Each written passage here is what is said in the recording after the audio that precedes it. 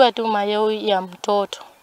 Sasa mtoto alikuwa analia. Sasa nikamwambia huyo bro, na unapiga mtoto kwa nini? Hajaniongelesha, akakuja na mbio. Nikakimbia niende niangalie mtoto, ile mtoto anaendelea. Kumbe alimua. Sasa sikujua ati bibi yake alikuwa hapo ndani. Sasa nimejaribu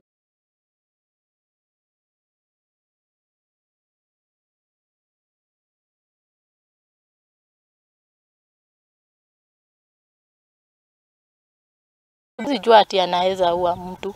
Walikuwa tu sawa, tangu asubuhi alikuwa tu sawa. Pigana tanga awe huyo bibi hajawahi kutuanga kabisa. Kitu alitendeka nikasindwa, sijui nitafanya nini, nitasema nini. Nilikuwa nje nikapata tu simu kitu kama 1:30.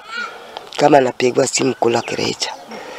Kama kuna matatizo alitendeka kwa boma. Dadi aliua mtoto, aliua bibi, aliua mke mwenzangu mwingine anaitwa Nyamaseno. Aliua babu yake pia. Sasa dadi aliua watu 4.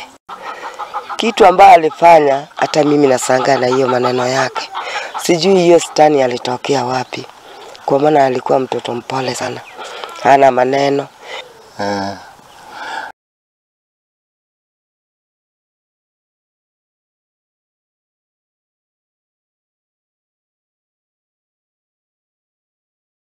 Hicho. Mimi ni fundi wa kushona. Sasa jana nilipata habari kitu kama 1:30, nikapigiwa simu hapa nyumbani kwamba kumekuwa na vita na hata watu wameuana. Huyu bibi yake ni kama amekaa nayo muda, inaweza kuwa kitu kama muda wa mwaka 8 hivi. Huyo mtoto ambaye alimuua ni kitu kama mwaka 5 hapo.